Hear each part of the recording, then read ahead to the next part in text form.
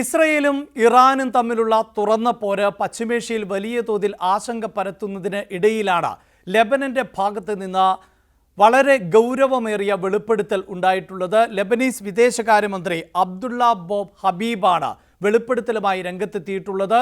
ഒരു മാധ്യമത്തിന് നൽകിയ അഭിമുഖത്തിൽ അബ്ദുള്ള ബോബ് ഹബീബ് പറയുന്നത് ഹിസ്ബുള്ള തലവനായിട്ടുള്ള ഹസൻ നസ്രുള്ള കൊല്ലപ്പെട്ടത് ചതിയിലൂടെ ആണ് എന്നതാണ്. അദ്ദേഹം പറയുന്നത് അനുസരിച്ച് ഇസ്രായേലുമായി ഹിസ്ബുള്ള നേരത്തെ തന്നെ വെടിനിർത്തൽ കരാറിൽ ഏർപ്പെട്ടിരുന്നു എന്നാണ്. ഈ കരാർ നിലനിൽക്കെയാണ് ഹസൻ നസ്രുള്ള ഇസ്രായേലിൻ്റെ വ്യോമ ആക്രമണത്തിൽ കൊല്ലപ്പെട്ടത് എന്നതാണ്. അദ്ദേഹം നൽകിയിട്ടുള്ള അഭിമുഖത്തിൻ്റെ ഉള്ളടക്കം ഇപ്രകാരമാണ്. ഇസ്രായേലും ലെബനനും തമ്മിൽ, പ്രത്യേകിച്ച് ഹിസ്ബുള്ളയും തമ്മിലുള്ള പോര് ആരംഭിച്ചതിന് ശേഷം വെടിനിർത്തൽ കരാറിന് ഹസൻ നസ്രുള്ള ആഗ്രഹിച്ചിരുന്നു. ഇക്കാര്യം ഹിസ്ബുള്ളയിലെ മറ്റ് നേതാക്കളുമായി നസ്രുള്ള സംസാരിക്കുകയും ചെയ്തു. അങ്ങനെ ഇത് സംബന്ധിച്ച ധാരണയിൽ എത്തുകയും ലെബനൻ പാർലമെൻറ്റിൻ്റെ സ്പീക്കർ ആയിട്ടുള്ള നബീം ബെറിയുമായി ഇക്കാര്യം അറിയിക്കുകയും ചെയ്തു. നബീം ബെറി ഈ വിഷയത്തെ സംബന്ധിച്ച് അമേരിക്കയുമായും ഫ്രാൻസുമായും സംസാരിക്കുകയും ആശയവിനിമയം നടത്തുകയും ഹിസ്ബുള്ളയ്ക്കുള്ള വെടിനിർത്തൽ താൽപ്പര്യം ഇസ്രായേൽ പ്രധാനമന്ത്രി ബെഞ്ചമിൻ നെതന്യാഹുവിനെ അറിയിക്കുവാൻ തീരുമാനിക്കുകയും ചെയ്തു. ഇക്കാര്യം അമേരിക്കയും ഫ്രാൻസും ഏറ്റിരുന്നു എന്നുകൂടിയാണ് അദ്ദേഹം പറയുന്നത്. മാത്രവുമല്ല, എടുത്തു പറയേണ്ട ഒന്ന്, സെപ്റ്റംബർ 25-ാം തീയതി US പ്രസിഡന്റ് ജോ ബൈഡനും ഫ്രഞ്ച് പ്രസിഡന്റ് ഇമ്മാനുവൽ മാക്രോണും ന്യൂയോർക്കിൽ വെച്ച് കൂടിക്കാഴ്ച നടത്തുകയും ചെയ്തിരുന്നു.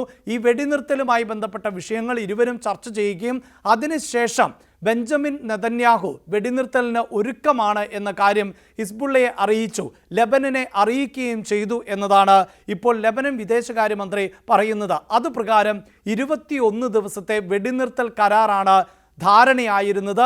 ഈ ധാരണ നിലനിൽക്കെയാണ് അപ്രതീക്ഷിതമായി ആക്രമണം ഉണ്ടായത്. ഇസ്രായേലിൻ്റെ ഭാഗത്ത് നിന്നുണ്ടായ ആക്രമണം സെപ്റ്റംബർ 27-ാം തീയതിയായിരുന്നു. സെപ്റ്റംബർ 27-ാം തീയതി ബെയ്റൂട്ട് കേന്ദ്രീകരിച്ചായിരുന്നു ആക്രമണം നടത്തിയത്. അങ്ങനെ ആ മേഖലയിൽ നടത്തിയ ആക്രമണത്തിൽ ആയിരുന്നു ഹസൻ നസ്രുള്ള കൊല്ലപ്പെടുകയും ചെയ്യുന്നത്. പ്രത്യേകിച്ച് ഈ ആക്രമണം നടക്കുന്ന സമയത്ത് ഹസൻ നസ്രുള്ള ബങ്കറിൽ ആയിരുന്നുവെന്നും ഏതെങ്കിലും തരത്തിലുള്ള പരുക്കുകൾ അദ്ദേഹത്തിന് സംഭവിച്ചിരുന്നില്ല എന്നുമാണ് പറയുന്നത്. മറിച്ച് ഈ സ്ഫോടനത്തിൻ്റെയും ആക്രമണത്തിൻ്റെയും ആഘാതത്തിലാണ് ഹസൻ നസ്രുള്ള കൊല്ലപ്പെടുകയും ചെയ്തത് എന്നതാണ് ഏറ്റവും പ്രധാനപ്പെട്ടതായി പറയേണ്ടത്. അതോടൊപ്പം ഇതുമായി ബന്ധപ്പെട്ട് ചേർത്ത് വെക്കേണ്ടത്, കഴിഞ്ഞ സെപ്റ്റംബർ 17-ാം തീയതിയായിരുന്നു ലോകത്തെ തന്നെ ഞെട്ടിച്ചുകൊണ്ടുള്ള പേജർ സ്ഫോടന പരമ്പരകൾ ഉണ്ടായത്. ഈ സ്ഫോടന പരമ്പരകളുടെ അടിസ്ഥാനത്തിൽ ഹസൻ നസ്രുള്ളയോട് രാജ്യം വിടണമെന്നും സുരക്ഷിതമായ ഇടത്തേക്ക് മാറണമെന്നും ഇറാൻ അറിയിച്ചിരുന്നു. ഇറാൻ്റെ പരമോന്നത നേതാവ് അയത്തുള്ള ഖമേനി ഇക്കാര്യം അറിയിച്ചിരുന്നുവെന്നും അതോടൊപ്പം തന്നെ ഹിസ്ബുള്ളയിൽ തന്നെ ഇസ്രായേലിലെ ചാരന്മാർ ഉണ്ട്, അതുകൊണ്ട് വധിക്കപ്പെടുവാനുള്ള സാധ്യത കൂടുതലാണ് എന്ന് അറിയിക്കുകയും ചെയ്തിരുന്നു എന്ന വിവരവും പുറത്തു വന്നിട്ടുണ്ട്. അതേസമയം ലെബനനിൽ നിന്ന് പോകുന്നതിനോ ഹിസ്ബുള്ളയിൽ നിന്ന് മാറി നിൽക്കുന്നതിനോ നസ്രത്തുള്ള താല്പര്യപ്പെട്ടിരുന്നില്ല, പ്രത്യേകിച്ച് ഈ വെടിനിർത്തൽ കരാർ കൂടി ഉള്ള പശ്ചാത്തലത്തിൽ എന്നാണ് അറിയാൻ സാധിക്കുന്നത്. അതുകൊണ്ട് തന്നെയാണ് അദ്ദേഹം രാജ്യത്ത് തന്നെ ഹിസ്ബുള്ളയോടൊപ്പം തുടരുകയും ചെയ്തത് എന്നതാണ് ഈ അഭിമുഖത്തിൻ്റെ ഉള്ളടക്കം. അങ്ങനെയെങ്കിൽ വളരെ പ്രധാനപ്പെട്ട ചോദ്യങ്ങൾ ആണ് ഉയരുന്നത്. നമുക്കറിയാം, രണ്ട് രാജ്യങ്ങൾ തമ്മിലോ അല്ലെങ്കിൽ രാജ്യങ്ങൾ ഭരിക്കുന്ന സംഘടനകൾ തമ്മിലോ പോരാട്ടം ആരംഭിച്ചാൽ, അതായത് തുറന്ന യുദ്ധം ആരംഭിച്ചാൽ യുദ്ധനീതി എന്നത് വളരെ ലോകരാജ്യങ്ങൾ തന്നെ അംഗീകരിക്കുന്ന ഒന്നാണ്.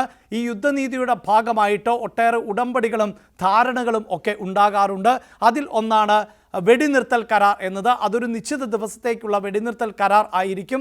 അങ്ങനെയെങ്കിൽ 21 ദിവസത്തെ വെടിനിർത്തൽ കരാറിന് ആണ് ബെഞ്ചമിൻ നെതന്യാഹുവും അതോടൊപ്പം തന്നെ ഹിസ്ബുള്ളയും തയ്യാറായത്. ഇങ്ങനെ ഒരു വെടിനിർത്തൽ കരാർ 25-ാം തീയതിയോടുകൂടി പ്രാബല്യത്തിൽ വരികയും 27-ാം തീയതി അത് ലംഘിച്ചുകൊണ്ട് ഹിസ്ബുള്ള നേതാവിനെ വധിക്കുകയും ചെയ്തുവെങ്കിൽ അത് ഇസ്രായേലിൻ്റെ ഭാഗത്ത് നിന്ന് ഉണ്ടായിട്ടുള്ള ചതിയല്ലേ എന്നതാണ്. ബെഞ്ചമിൻ നെതന്യാഹു ചതിച്ചു കൊല്ലുകയായിരുന്നു എന്നതാണ് ഒന്നാമത്തെ ചോദ്യം.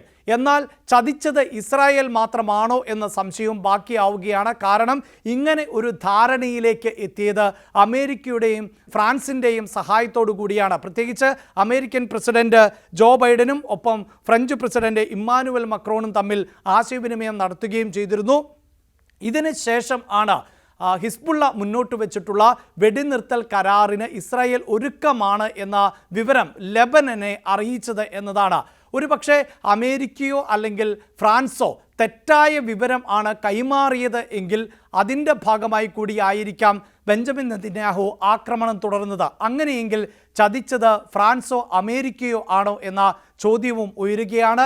എന്തായാലും പശ്ചിമേഷ്യ സംഘർഷഭരിതമാണ്. പ്രത്യേകിച്ച് ഏതാണ്ട് ഹിസ്ബുള്ളയെ തീർത്ത സാഹചര്യം ആണ് ഉള്ളത്. ഹിസ്ബുള്ളയുടെ വളരെ പ്രധാനപ്പെട്ട നേതാക്കളെ അടക്കം ഇല്ലാതാക്കുകയും ലെബനനിൽ കരയുദ്ധമടക്കം ശക്തമാക്കുകയും ചെയ്തതോടുകൂടി ഹിസ്ബുള്ളയുടെ പ്രവർത്തനങ്ങൾ തന്നെ ഇല്ലാതായി, ആ സംഘടന തന്നെ ഇല്ലാതായി എന്ന തരത്തിലാണ് ഇസ്രായേൽ അവകാശപ്പെടുന്നത്. അതോടൊപ്പം തന്നെയാണ് ഇറാനും ഇസ്രായേലും തമ്മിലുള്ള പോര് രൂക്ഷമാവുകയും ചെയ്യുന്നത്.